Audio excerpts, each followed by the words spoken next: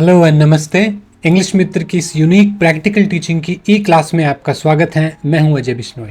आज का topic again है तो बहुत इम्पोर्टेंट, लेकिन उसमें ऐसी बात है कि हम में से ज़्यादातर लोग जब उस टॉपिक की बात करते हैं या हम लोग उसको यूज़ करके क्वेश्चन बनाते हैं या हम उसका यूज़ राइटिंग में, आज ये वाला टॉपिक जो है वो राइटिंग में भी बहुत यूज़ होता है, जब यूज़ करते हैं ज़्यादातर बार हम लोग उसमें मिस्टेक्स करते हैं। तो चलिए सीखते हैं कि ऐसा वो कौन सा टॉपिक है, उन मिस्टेक्स को हम लोग कैसे अवॉइड करें, कैसे उसको हम लोग सही से यूज़ करें और उससे सवाल हम लोग कैसे बनाएं। अगर कोई हमसे सवाल पूछता है उसका हम लोग सही से कैसे उसका आंसर दें। चलिए स्टार्ट करते हैं आज की क्लास। जैसे मैंने स्टार्टिंग में कहा कि आज का टॉपिक बेहद इंपॉर्टेंट है। टॉपिक सारे इंपॉर्टेंट होते हैं, लेकिन कुछ एक टॉपिक ऐसे होते हैं एक टॉपिक से ही बहुत मतलब आप में कॉन्फिडेंस बहुत आ जाता है, आपको ये लगने लगता है कि ओके हम बहुत सीख रहे हैं। और कई बार ऐसा होता है कि आप उस टॉपिक का यूज़ बहुत ज़्यादा करते हैं। कुछ एक टॉपिक हैं जिनका यूज़ आप बहुत कम, अगर like once you start speaking in English, कुछ एक टॉपिक है जिनका आप बहुत कम यूज़ करेंगे और कुछ टॉपिक ऐसे होते हैं जिनका बहुत बार आपको यूज़ करना पड़ता है। आज वाला जो टॉपिक है वो ऐसा ही एक टॉपिक है जिसका हम लोग ना सिर्फ स्पीकिंग में, राइटिंग में बहुत ज़्यादा यूज़ करते हैं। और अगर आप राइटिंग यूज़ करते हैं और ज़्यादातर बार हम उसमें मिस्टेक्स भी करते हैं, तो वो टॉपिक आज हम लोग सीखने वाले हैं। उसको देखते हैं कि उसमें क्या चीज़ें हैं, क्या चीज़ें हम ध्यान में रखें और कैसे हम बातचीत करते हैं। तो अब तक क्या हुआ है, हमने क्या बात की है? हमने बात की है कि कहाँ पे एक्शन के साथ आईएनजी लगती है। दो हमारे कॉन्सेप्ट थे। एक, अगर कोई भी काम इस टाइम हो रहा है तो हम लोग उसमें इज, एम और आर के साथ में एक्शन जो है हमारा आईएनजी लगाते हैं। फॉर एग्जाम्पल मैं कहूँ मैं इंग्लिश बोल रहा हूँ, आई एम स्पीकिंग, मैं पढ़ा रहा हूँ, आई एम टीचिंग, आप सुन रहे हैं, यू आर लिसनिंग, आप बैठे हैं, यू आर सिटिंग, मैं खड़ा हूँ, आई एम स्टैंडिंग, वो जा रहा है, ही इज गोइंग, वो आ रहा है, ही इज कमिंग। अगर हम उनकी बात करें तो हमने कहा जो कोई काम इस टाइम चल रहा है उसमें हमें एक्शन के साथ आईएनजी लगानी है। और आईएनजी का हमने ये भी देखा, पास्ट में अगर हमें आईएनजी यूज करनी हो तो हम कैसे कब यूज करते हैं। पास्ट में हम लोग आईएनजी यूज तब करते हैं जब हम बात करते हैं कि मैं ये काम कर रहा था। तो आई वॉज, हमारे पास दो ऑप्शन थे। लकीली जैसे प्रेजेंट में 3 है, इज एम आर, पास्ट में 2 ही थे, एक वॉज था और एक वर था। आई के साथ वॉज लगता है, नेम के साथ वॉज लगेगा, ही शी के साथ वॉज लगता है और रिलेशन के साथ भी वॉज लगता है अगर एक हो तो। बाकी सब के साथ में वर लगेगा। जैसे ही कोई भी चलता हुआ काम खत्म होता है उसमें हैज है प्लस थर्ड फॉर्म। हमने एक जो देसी तरीका जो हमारा था वो यूज किया कि आयु देवी जहाँ भी लगी हो, मतलब आय, वो देवी जो आयु देती हैं, आय चाहे लगा, आयु दे और वी। आयु देवी अगर कोई काम फिनिश करते हैं तो उसके साथ में हैव लग जाएगा, बाकी जो कुछ भी बचेगा उसके साथ में हैज लग जाएगा। और अब इससे पहले वाला जो टॉपिक था उसमें हमने बात की, इंटरेस्टिंग बहुत अच्छा टॉपिक था, बहुत सवाल करने हमें उसके बाद में आ गए। मतलब हमने बात की डू की, कि क्या आप ऐसा करते हैं। आपकी रूटीन, चाहे वो एक रोज होने वाली बात हो, हफ्ते में एक बार होने वाली बात हो, महीने में एक बार, साल में एक बार, 5 साल में एक बार, कोई भी जब हमने बात की तब हमने कहा डू यू एक्शन। इसका जवाब हाँ में आई एक्शन, अगर ना में तो आई डू नॉट एक्शन। ये बहुत इजी टॉपिक था लेकिन इतना इमेंसली इंपॉर्टेंट है। बोलते हैं ना, जो चीज़ सबसे आसान होती है वही चीज़ सबसे ज़रूरी भी होती है। तो वही बात है, इंग्लिश मित्र में हमारे जो पहले 6 टॉपिक्स हैं ये आसान भी हैं लेकिन यही सबसे ज़रूरी भी हैं। आसान और ज़रूरी दोनों ही बातें हैं, बहुत इजी हैं, लेकिन इनके बिना ये जब 6 टॉपिक आपको समझ में आ जाएंगे उसके बेस पे ही हम लोग आपको आगे सिखाएंगे। आगे कैसे उस सवाल क्वेश्चन को आपने और एक्सटेंड करना है, बातचीत को आपने और बड़ी करना है, उस सिचुएशन में आपने कैसे सवाल करने, वो सब चीज़ें जो आपके इस लेवल में कवर करेंगे हम लोग लेवल ए में, वो सब चीज़ें हर एक में आप ये देखेंगे। जो हम पहले 5-6 दिन में जो टॉपिक हम लोग कवर करने वाले हैं, जो डे 6 तक के जो टॉपिक्स हैं, वो सभी घूम फिर के उनमें से कोई ना कोई टॉपिक उन क्लासेस में आगे दोबारा से यूज़ होगा। कई बार वो मेन रूप में होगा, कई बार वो सेकेंडरी में, लेकिन आएगा जरूर। तो इसलिए पहली 6 क्लासेस उससे इम्पोर्टेंट कुछ भी नहीं, इसलिए इनको मिस नहीं करना, प्रैक्टिस करनी है इंग्लिश मित्र के साथ में। उनको ये 6 टॉपिक तो आपने जरूर अपनी तरफ से टीच करनी ही करनी है ताकि आप इसके मास्टर हो जाएं।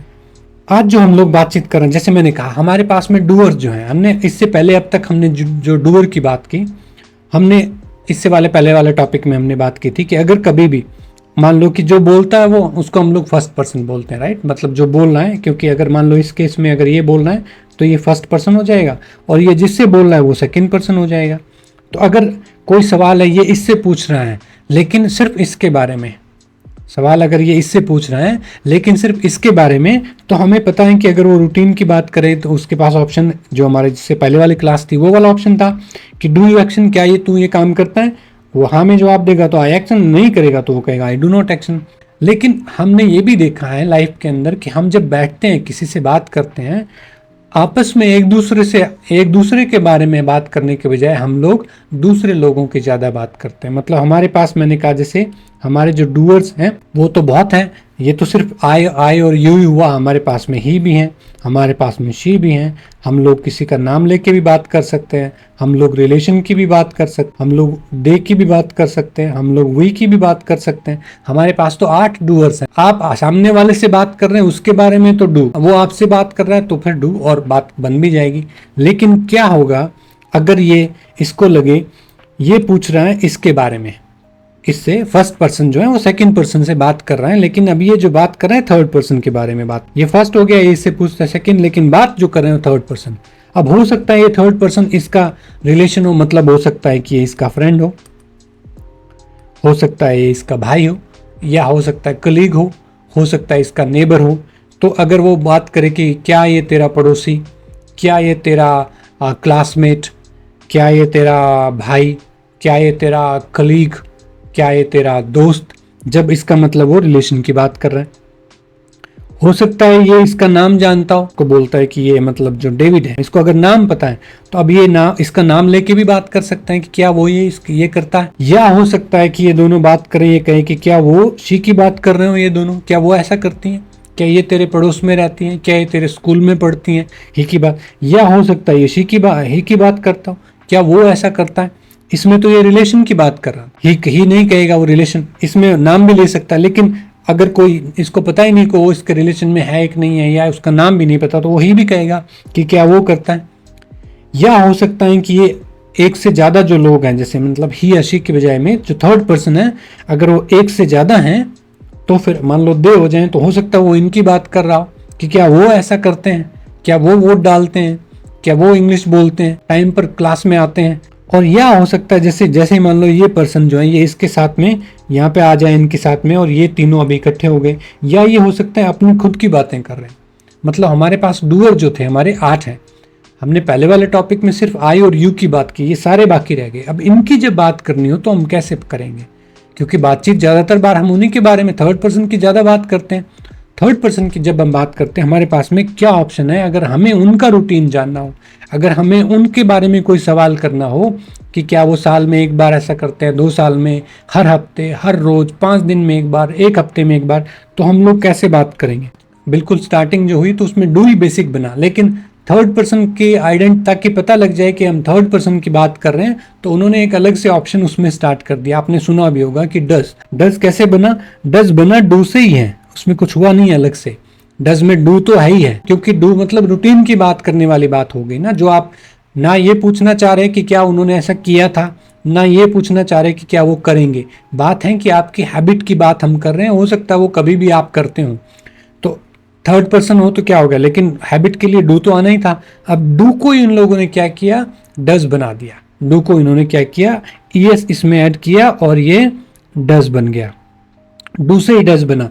इसीलिए जब आप कोई सेंटेंस जब आप बनाएंगे थर्ड पर्सन के बारे में, मतलब इनमें से कोई भी, चाहे वो ही की बात करें, चाहे वो शी की बात करें, चाहे वो किसी का नाम लेके बात करें, चाहे वो रिलेशन की बात करें। अगेन रिलेशन मतलब एक रिलेशन में एक फ्रेंड, एक भाई, एक बहन, एक टीचर, एक दोस्त, उनकी हम बात करें, रिलेशन अगर एक हो, ही भी हो, शी की बात करें, नेम की बात, रिलेशन की बात जब हम करते हैं, हमारे पास जो ऑप्शन है जो डू के साथ में ईएस लग के जो बना डज, हम उससे सवाल पूछेंगे।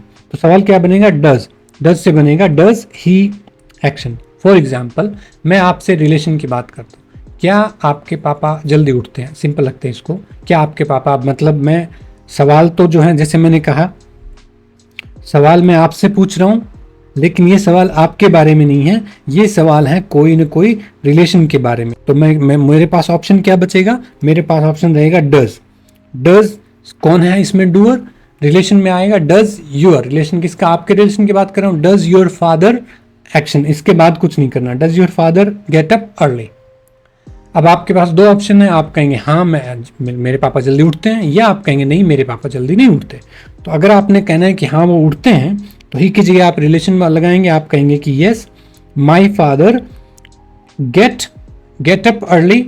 लेकिन जैसे मैंने कहा कि क्योंकि हम लोग थर्ड पर्सन की बात कर रहे हैं और उनकी जब हम बात कर रहे हैं, तो उसके लिए हमें लगाना पड़ेगा एस या ई एस, दोनों में से मैं कुछ एक उसके साथ में। अगर आप हाँ में जवाब दे रहे हैं तो आप लगाएंगे, आप कहेंगे यस ही गेट अप के साथ में, यहाँ पे गेट के साथ में जो भी उनका एक्शन है उसके साथ में आप एस लगाएंगे, आप कहेंगे yes he gets up early, he gets up early.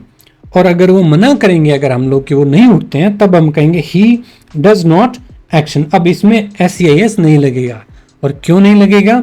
क्योंकि एक सेंटेंस में एस और एस एक ही बार लगा, अनलेस कि आप उसको कनेक्टर से एक सेंटेंस के दो पार्ट हों उनको जोड़ ना दें, तब तक आप क्या करेंगे, एक ही बार आप एस या एस लगाएंगे। अब ऑलरेडी जो हमने डू को साथ में ईएस लगा के ही तो हमने डज बनाया है, तो जिस सेंटेंस में डज लग गया ऑलरेडी, डज नॉट, और उसके बाद सिर्फ आपने एक्शन ही लगाना है, तो आप उस एक्शन के साथ दोबारा एस ईएस लगाने की जरूरत नहीं है। क्यों नहीं है? क्योंकि ऑलरेडी ये जो डू के साथ में ईएस लगा के ही हमने इसको डज बनाया है। तो सवाल जो बनेगा, आप कहेंगे ही डज नॉट एक्शन, वो ये काम नहीं करते। आई होप कि आप समझ रहे होंगे। मतलब मैं आपसे बात करूंगा आपके बारे में, डू से पूछूंगा। मैं आपसे बात कर रहा हूँ कोई ना कोई थर्ड पर्सन, चाहे वो ही हो, चाहे वो शी हो, वो किसी का नाम हो या रिलेशन हो, तो मैं पूछूंगा डज। ईएस लगा के, डू के साथ में ईएस लगा के हम लोग बना देते हैं डज। और जब आप जवाब देंगे, आपके पास दो ऑप्शन है। अगर हाँ में जवाब है, आप कहेंगे yes he she name relation action या एस या ईएस। एक्शन के साथ में आपको एस या एस लगाना ही पड़ेगा, ताकि आप बता दें कि आप थर्ड पर्सन की बात कर रहे हैं।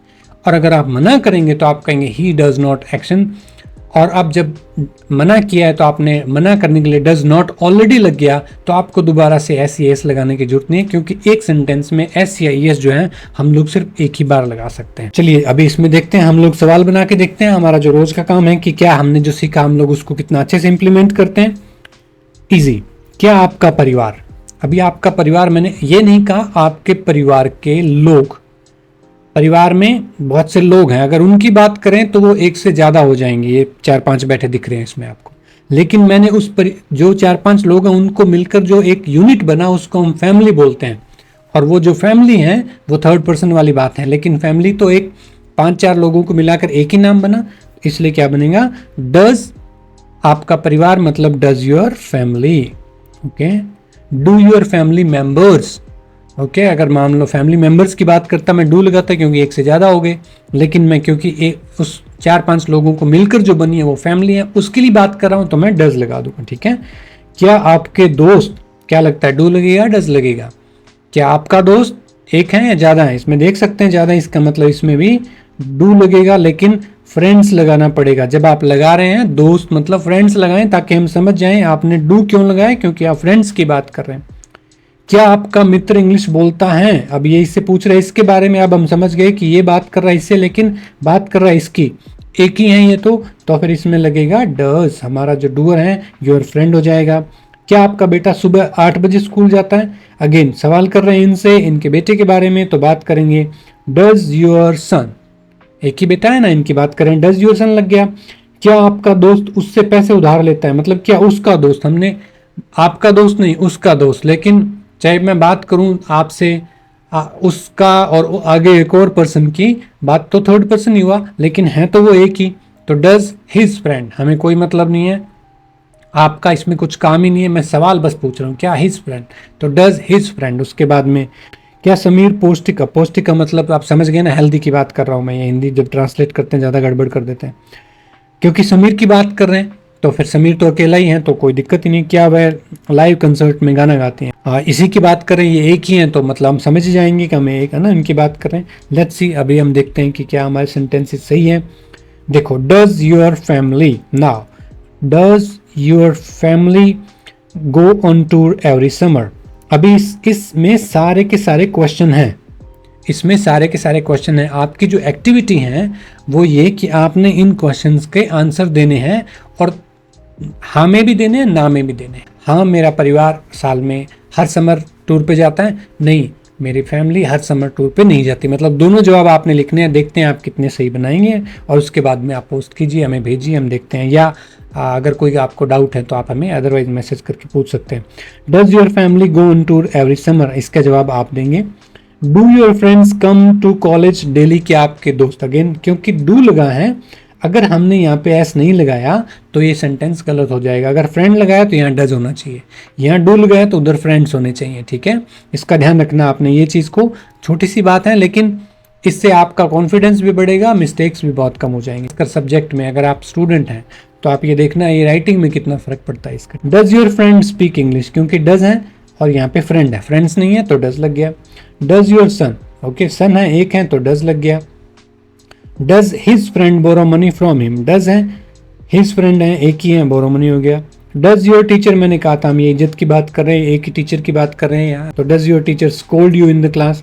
Does Sameer take healthy breakfast, क्या वो हेल्दी ब्रेकफास्ट करता है। Does she sing in live concert, क्या वो लाइव कंसर्ट में, जो मतलब सीधा जिसको हम बोलते हैं कि अखाड़ा, हमारी लैंग्वेज में हम लोग बोलते हैं अखाड़ा लगाना ना, जहाँ पे आपकी असली एबिलिटी का पता लग जाता है। मतलब स्टूडियो से निकल के आप बोलते हैं, एक्चुअली में गाते हैं कि आप पीछे कोई साउंड चला के फिर अपने से फ्लिप से लाते, कई का इसीलिए बोलते हैं ना, कुछ कलाकारों के इसीलिए ज़्यादा इज्जत बढ़ जाती है। तो ये इसमें डज क्यों लगा रहे हैं, क्योंकि हम लोग मैं आपसे बात कर रहा हूँ लेकिन ही शी नेम रिलेशन की बात हम लोग कर रहे हैं। और अगेन जो एक्टिविटी हम लोग अभी हमने जो डू के लिए की थी वही एक्टिविटी हम लोग डज के लिए भी करेंगे, ये बात आप याद रखना। अगेन जो इसमें ब्लैक में है वो स्टार्टिंग में आपने क्या है, सैल्यूटेशन जिसको हम लोग बोलते, मतलब हाय हेलो, मैनर्स, जो पब्लिक स्पीकिंग की जो मैनर्स हैं, एटिकेट्स हैं, उसको आप फॉलो करते हैं। सबको विश करें, अपने खुद को इंट्रोड्यूस करें, क्या करने वाले हैं बताएं, स्टार्ट करने से पहले आप उनका धन्यवाद करें और फिर आप बीच में वही बात है, इसमें जैसे रेड में है वो कनेक्टर्स हैं, फिर वापस आने के बाद, उसके बाद, इसके बाद, कुछ देर, कभी कभी, इसके साथ, बाद, ये सब कनेक्टर्स हैं। और लास्ट में सबका आपने धन्यवाद करना है कि आपने मुझे सुना, इतना आपने टाइम दिया, इसके लिए आपका बहुत बहुत धन्यवाद। लेकिन ये ध्यान रखना मेरे उठ जाते हैं, इसमें मैंने अगेन पापा जी के लिए हिंदी जब हम लिखते हैं हमारे संस्कार आगे आएंगे, हम लोग उनको उठ जाता है नहीं लिख सकते हैं, इसलिए उठ जाते हैं है के ऊपर भी डॉट लगी है, मतलब इज्जत से हम बात कर रहे हैं। लेकिन अगर जब मैं इंग्लिश की बात करूंगा, ये सारा मत पढ़ लेना please. My father gets up early then he, अब देखो यहाँ पे ही लगा है, दे नहीं लगा है, उसके बाद वो ऐसा करते हैं। हिंदी में बताओगे तो वो करते हैं, लेकिन इंग्लिश की बात करेंगे तो ही रहेगा, क्योंकि थर्ड पर्सन अगर एक है तो उसके लिए ही, अगर फीमेल है तो शी लगता है। देन ही गोज, इसको भी आपने पढ़ना नहीं है, ये आपने इसको पूरा पहले अच्छे से बैठ के पूरी आप इसको कंप्लीट करें, किसी को सुनाएं, इंग्लिश मित्र को सुनाएं, और उससे पहले आपने जो लिखा है आप थोड़ा सा टैली कर सकते हैं इसके साथ में, लेकिन ये काम आपने बाद में करना है, जब आप पहला खुद काम कर लें, पूरी आप बात करना लें। और आप इस बात का ध्यान रखना, देखो ज़्यादातर बार क्या होता है जब हम लोग ने स्टार्ट करते हैं ना, तो कुछ बच्चे ऐसे होते हैं उनको लगता है मुझे तो ये बात करनी, तो उसके बाद वो मतलब जैसे मान लो कोई एक किसान फैमिली से, उनको लगता है फिर मैं वो बोलते हैं सर जी वो तो फिर खेत में जाके मतलब कस्सी से कुछ काम करते हैं, मुझे ऐसे बताओ। इट्स नॉट अबाउट कि अभी हम जो सीख रहे हैं वो ये नहीं है कि वोकेबलरी, उस पर्टिकुलर बात, हम उस वोकेबलरी को हम लोग नहीं सीखना चाह रहे हैं। हमारा जो अभी कॉन्सेप्ट है, हम ये देखना चाह रहे हैं कि अगर हमें इस सिचुएशन की अगर बात करनी हो तो उसमें बेसिक चीज़ क्या आएगी, उसमें जो वोकेबलरी वाला पार्ट है वो आगे हम कवर करेंगे। तो इसलिए उस बात पर स्टिक मत रहना कि मुझे इस बात का तो पता ही नहीं है कि इंग्लिश में इसको क्या बोलते हैं, फिर मैं ये सेंटेंस कैसे बनाऊँ। डोंट वरी, आप प्लान बी देखो, इसको ईजी रखो और ईजी रखो, बहुत जो आपको पता है सिर्फ वही बनाओ। हम लोग जो चाहते हैं वो ये है, हमें ये जो देखना है वो ये कि क्या आप डज का सही से इस्तेमाल करना सीखे, क्या आपको डज का कॉन्सेप्ट क्लियर हो गया, क्या आपको पता लग गया कि डज कहाँ पे यूज़ होता है जब आप बनाते हैं, क्या आपको पता है कि एस या एस कहाँ पे लगेगा, कैसे लगेगा। हमारा जो अभी टारगेट है वो इस चीज़ पे है, ना कि इस चीज़ पे कि उस बात को क्या कहते हैं। अगर कोई ये कहे कि मैंने अंगड़ाई ली तो इस बात को मैं क्या कहूँगा, मतलब उन चक्करों में मत पड़ना। वो वही बात है कि जब आप आगे चीज़ को नहीं बढ़ना चाहते हैं, जो आप खुद के लिए मुसीबत क्रिएट करते हैं, तो हम लोग मैन मेड अपने लिए खुद ही चैलेंजेस क्रिएट करते रहते हैं, उनसे आप निकलिए। बेसिक चीज़ को आप एक बार सीखिए, उसके बाद की बातें हैं हम लोग उन सब चीज़ों को कवर भी कर लेंगे। इसके अलावा जो है आपके लिए अगेन ये वाले सेंटेंसेस हैं, पूरे आप इसमें एक्शंस लिखे हुए हैं बहुत सारे, आप इन एक्शंस को लेके चाहे आप चाहें तो सबके साथ में डज लगाएं, पहले सवाल बनाएं, उसका हाँ में जवाब दें, ना में दें। सारे बनाओगे तो 50 से ज़्यादा हो जाएंगे, आपकी मर्जी, आप बनाएं। लेकिन अगर नहीं तो कम से कम 1 2 3 4 5 6 7 8 9 10 11 12 13 14 15 16 16, कम से कम 16 तो आप क्वेश्चन बनाएं, उनका आप जवाब दें। सेंटेंसेस टोटल हो सकता है 48 हो जाएंगे, 48 लाइन्स में, एक एक्शन में अगर कहें 16 30 48 हो जाएंगे। लेकिन आपको ये देखना है आपको ये कॉन्सेप्ट क्लियर हुआ का नहीं। और इससे पहले कि हम लोग ये क्लास अभी आपकी मैं कंप्लीट करूं, एक थोड़ा सा मैं आपको बता दूं, जो आपके पास दो ऑप्शन होंगे, या एस लगेगा या एस लगेगा। कई बार कंफ्यूज हो जाते हैं कि यहाँ पे हम एस लगाएं या ई एस लगाएं, तो हम क्या करें। उसके लिए बहुत 101% नहीं, लेकिन बहुत मान के चलो आप 99% ये फॉर्मूला चल जाएगा। अगर आपको लगता है आपके एक्शन का जो लास्ट वर्ड है इनमें से कुछ भी अगर है तो इसके बाद में आप हमेशा एस ही लगाएंगे। अगर आपका एक्शन का लास्ट वर्ड, जैसे मैं कहूँ कि does he watch movie, for example does he WATCH watch movie, अब आप कहें ही वॉच मूवी, एस या एस लगेगा, क्या करूं। अब आप ये देखें इसका जो एक्शन जो उसका लास्ट वर्ड क्या है, आपको पता लग गया CH है, क्या इसमें है CH, हाँ है। अगर CH अगर इसमें है तो फिर आपको यहाँ पे ES ही लगेगा। क्या आपका भाई रोज स्कूल जाता है, does your brother go to school, अब इसमें जो एक्शन है वो गो है, क्या इसमें आएगा, यस है, तो इसका मतलब इसमें ES लगेगा, गोज टू स्कूल। अगर मैं कहूँ कि क्या आपका भाई चाय पीता है, does your brother take tea, अब ये है टेक, लास्ट में है ई, क्या इसमें ई है, नहीं है, यहाँ पे क्या लगाओगे, एस लग जाएगा। ये हाँ एक मतलब शॉर्टकट एक तरीके से अगर मैं कहूँ, ज़्यादा वर्ड याद रखने की जरूरत नहीं है। एस हो या ओ हो, एक्स हो, एस या एस डबल एस अगर हो, CH हो, SH हो, अगर इनमें से कुछ भी आपको लगता है एक्शन का जो लास्ट वर्ड है उसमें से है तो वहाँ पे आप ES लगा देना। बाकी जगह जहाँ पे आपने सिर्फ S लगाना है और उससे हमारा काम चल जाएगा। मतलब ज़्यादातर बार हमारा जो हम लोग सोचते हैं वो सेंटेंसेज हमारे सही ही रहेंगे। इवन अगर आप इट के साथ भी सेंटेंसेज बनाते हैं तो फिर आप वही फॉर्मूला आप यूज़ कर सकते हैं राइटिंग में, खासकर ऐसे राइटिंग में। आप ऐसे राइटिंग जो करते हैं लगभग बार आप ना एक्टिव पैसिव के अलावा आपने थर्ड सेंस में आप बनाते हैं, तो जब आप वो बनाएंगे उसमें ऐसे एस वाला सिस्टम ही लगेगा। और मतलब आई होप कि आप अगली बार अगर कुछ करें या कुछ बनाएं या सेंटेंस बनाने की कोशिश करें, आप ये बात का आप ध्यान रखेंगे। ये टॉपिक जितना स्पीकिंग में काम आएगा उतना ही राइटिंग में भी काम आएगा। तो उम्मीद करता हूँ कि आपको आज की क्लास समझ में आई होगी, आपको आज की क्लास पसंद आई होगी, आपने आज ज़रूर कुछ न कुछ नई चीज़ें सीखी होंगी। और अगर ये सब तीनों ही बातें हैं तो प्लीज़ आप इस वीडियो को ज़रूर आप लाइक कीजिए, इसको आप शेयर कीजिए, इंग्लिश मित्र के चैनल को आप सब्सक्राइब कीजिए, इंग्लिश मित्र के बारे में आप लोगों को बताइए, अच्छी चीज़ों के बारे में बताना ही चाहिए। तो उम्मीद करता हूँ कि ये सब चीज़ें आप करेंगे और अब प्रैक्टिस करेंगे इंग्लिश मित्र के साथ में। अगर इंग्लिश मित्र नहीं है तो अपने परिवार वालों के साथ में, कोई फ्रेंड हो किसी के साथ में भी, लेकिन उसको एक अपने फैमिली मेम्बर का रूटीन सुनाइए, उससे सवाल पूछिए, खुद ही जवाब दीजिए, लेकिन प्रैक्टिस करना प्लीज़ आप स्टार्ट कीजिए। अभी डे 4 ही हैं, 2 अभी और इसके बिल्कुल जो बेसिक बिल्कुल कंप्लीट बेसिक है उसकी क्लासेस पढ़ी हैं, उसमें हम लोग देखेंगे। आगे वाली क्लास में हम देखते हैं कि आगे इसके बाद और अगर ये कोर्स तो इंटरेस्टिंग है, 24 जितनी भी लेवल एक ही क्लासेस हैं, एक से बढ़िया एक से एक अच्छी क्लासेस हैं, इंटरेस्टिंग है, आपको खूब सिखाएंगे, आपको खूब पढ़ाएंगे और आपको इंग्लिश बुलवा के ही छोड़ेंगे। तो अभी मिलते हैं आपसे अगले वीडियो में, तब तक के लिए शब खैर। आप अपना बहुत बहुत ध्यान रखिए। Thank you very much, bye bye, take care, God bless you.